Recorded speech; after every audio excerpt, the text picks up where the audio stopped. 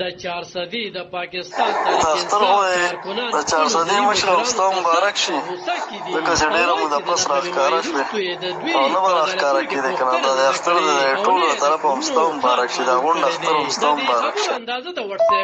ظالمه نه دونه موده پس راښکاره شوې چې دا ولې دا چېرته غیب شوې سم د مار خپله نه جوړه شوې ده همداغه به دې منه نږدې خو د هغه دی لږ غونته به یې ورکرانو تپوس کړی و همداغه به دې منه دا د څوک دا نه وي چې د هغه منه یا د بل چا منه خو لږ د یې ورکرانو به یې تپوس کړو تا له دې یوټ درکړی په 2013 کې مو موټ درکړی په 2018 کې مو موټ درکړی ته زموږ قرضدار یې پوه شوې که نه همدې غریبانانو تا له منډې والي تا له جلسې کړي تا له میټینګونه کړي او تا اوس یو ټېلیفون قدرې دی ته نه شو کولی ظالمانه او زه یو ډول نشم راغشتی همدغې منې زه ډنګ د وکیلانو د پوه شو کوې د ټولو ورکرانو دا د وکیل او دا څه چې دا چا کړي دي دا ما کړي دي د الله په او زه یو ډول نشم راغشتی چې زه په زه ډنګ ما دا وکړل ما دا وکړل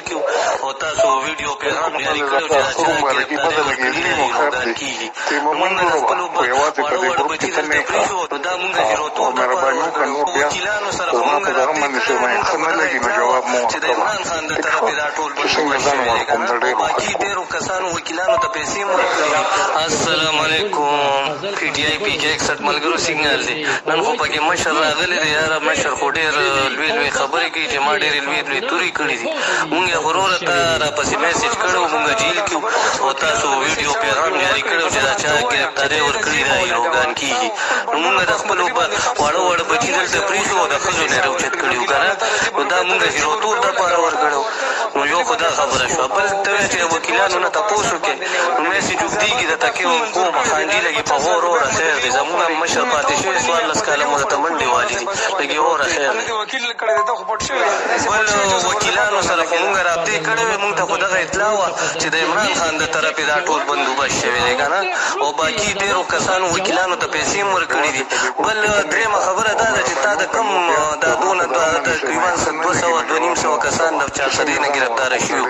دې کې د چا کور یا د هغه مشر سره تا رابطه کړې ده چې یاره خیر دی پروا مه کوې تسلي ته به تسلي دې ورته ورکړې ده که ورکړي دي نو خیر دی اکسپوز کړه ډول مه راله خیر دی خو دا ستا دغه دی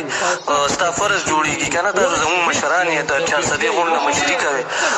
معذرت سره خیر دی دې لږه وضاحت وکړې چې تاسو اوس کومې کارکردګۍ دی